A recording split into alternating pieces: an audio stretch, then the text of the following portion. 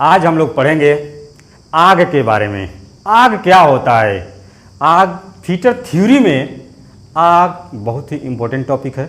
Workshop में जब हम लोग काम करते हैं तो आग लगने की संभावना ज़्यादा रहती है, तो उस आग के बारे में हम लोग पढ़ेंगे कि कैसे बचते हैं, आग कितने प्रकार की होती है और आग होता क्या है।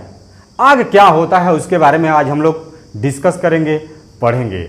अब हम लिखने जा रहे हैं और पढ़ने जा रहे हैं आग। आग का डिफिनीशन या आग क्या होता है। फायर, आग।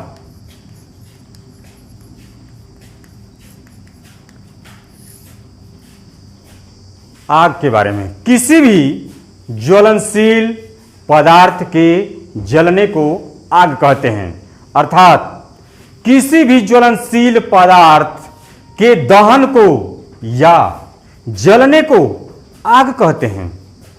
आग तीन तत्वों की उपस्थिति में जलती है। कभी भी आग जहां भी लगती होगी, गांव देहात या कहीं भी आग लगती होगी, तीन तत्वों की उपस्थिति में आग जलती है। उसमें पहला जो तत्व होता है फ्यूल होता है, जिसको हम लोग ईंधन के नाम से जानते हैं। और दूसरा जो तत्व होता है वो हीट होता है, उष्मा होता है, उचित टेम्परेचर होना चाहिए। और तीसरा जो तत्व होता है ऑक्सीजन होता है। इन तीनों तत्वों की उपस्थिति होना अनिवार्य है। इन तीनों तत्वों में से किसी भी एक तत्व को यदि हम लोग हटा दें तो आग को जलने से रोका जा सकता है। अर्थात आग को बुझाने के लिए तीन तत्वों में से, इन तीन कारकों में से किसी एक कारक को हटा करके आग पर काबू पाया जा सकता है। अर्थात आग तीन तत्वों की उपस्थिति में जलती है। पहला है ईंधन, दूसरा है टेम्परेचर या हीट, उष्मा, और तीसरा है ऑक्सीजन। तब देखिए आग क्या होता है। किसी भी ज्वलनशील पदार्थ के जलने को आग कहते हैं। जैसे लकड़ी, मेज, कुर्सी, कागज, जूट या पेट्रोलियम पदार्थ जैसे एलपीजी गैस है, ये जो जलता है, या डीजल, मोबिल ऑयल, किरोसिन इत्यादि, या धात्विक पदार्थों में लगी हुई आग, जो भी आगे लगती है। अर्थात जो जलने वाली चीजें होती हैं उसमें आग उन्हीं तीन तत्वों की उपस्थिति के कारण ही जलती है। सपोज किया जाए कि इसमें से किसी एक तत्व को हटा दें तो आग पर काबू पाया जा सकता है कि नहीं, तो पा सकते हैं। सपोज करिए कि गांव में कभी आग लगती है। गांव में हम लोग देखते हैं कि अचानक आग लग जाती है। उस आग को बुझाने के लिए हम लोग उन तीन तत्वों में से किसी एक तत्व को हटाना चाहते हैं। और क्या हटाना चाहते हैं? हम लोग चाहते हैं कि उसके उष्मा को हटा दें, अर्थात उसके टेम्परेचर को हम लोग गिरा दें।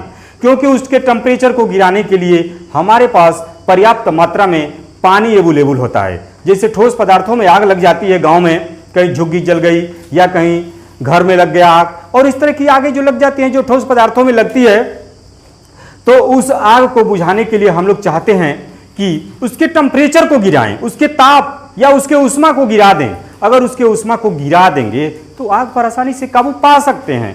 क्योंकि आग को बुझाने के लिए गांव में पानी पर्याप्त मात्रा में मिल जाती है। अगर हम लोग फोम फायर एक्सटिंग्विशर का प्रयोग करें या अन्य दूसरे कार्बन डाइऑक्साइड गैसों का प्रयोग करना चाहें या झाग रूपी किसी अन्य तत्वों का प्रयोग करना चाहें तो ये गांव देहात में अवेलेबल नहीं हो पाता है। क्योंकि जब बृहद आग लग जाती है तो इस तरह के बुझाने में दिक्कत होती है। तो हम लोग गाँव में पर्याप्त मात्रा में जल, पानी मिल जाता है और उससे करते क्या हैं, उससे इस बौछार करते हैं, पानी की बौछार करते हैं। ठोस पदार्थों में जब आग लग जाती है तो उस पानी का बौछार करते हैं। और उस पानी के बौछार करने से होता क्या है कि उस ठोस पदार्थ का जो टेम्परेचर होता है वही टेम्परेचर गिर जाता है, ताप गिर जाता है। और गिर जाने से क्या होता है कि आग नहीं जल पाती है। हम लोग जानते हैं कि आग तीन ही तत्वों की उपस्थिति में जलती है। तो हम पहले डिफिनीशन ये जानना चाहते हैं कि आग होता क्या है।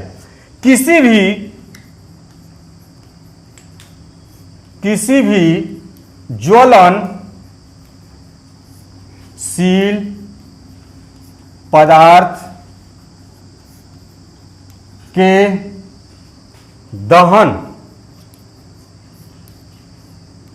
या जलने को आग कहते हैं। जलने को आग कहते हैं। आग मुख्यतः तीन तत्वों की उपस्थिति में लगती है। आग मुख्यतः तीन तत्वों की उपस्थिति में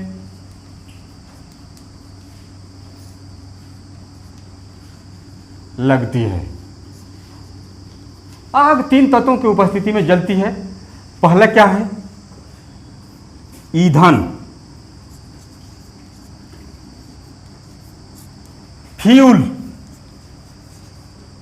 दूसरा क्या है? उष्मा, हीट। तीसरा क्या है? ऑक्सीजन।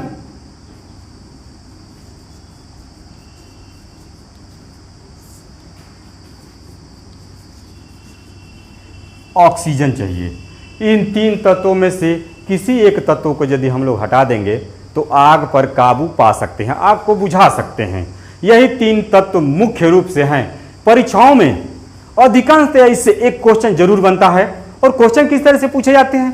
क्वेश्चन ये पूछे जाते हैं कि आग तीन तत्वों की उपस्थिति में जलती है, उसमें से दो तत्व दे देता है, ऑक्सीजन और ईंधन। दो चीज दे देता है, दो नाम दे देता है, और तीसरा नाम पूछता है कि तीसरा नाम क्या होगा। वही तीसरा नाम ऑप्शन के रूप में देता है और उससे क्वेश्चन बना लेता है, क्वेश्चन पूछ लेता है। तो पूछता कैसे है कि आग तीन तत्वों की उपस्थिति में जलती है, जिसमें से दो तत्व दे देता है और तीसरे तत्व का नाम पूछता है। तो वही जो तीसरा तत्व है उष्मा है। तो ईंधन होना चाहिए, उष्मा होना चाहिए और ऑक्सीजन होना चाहिए।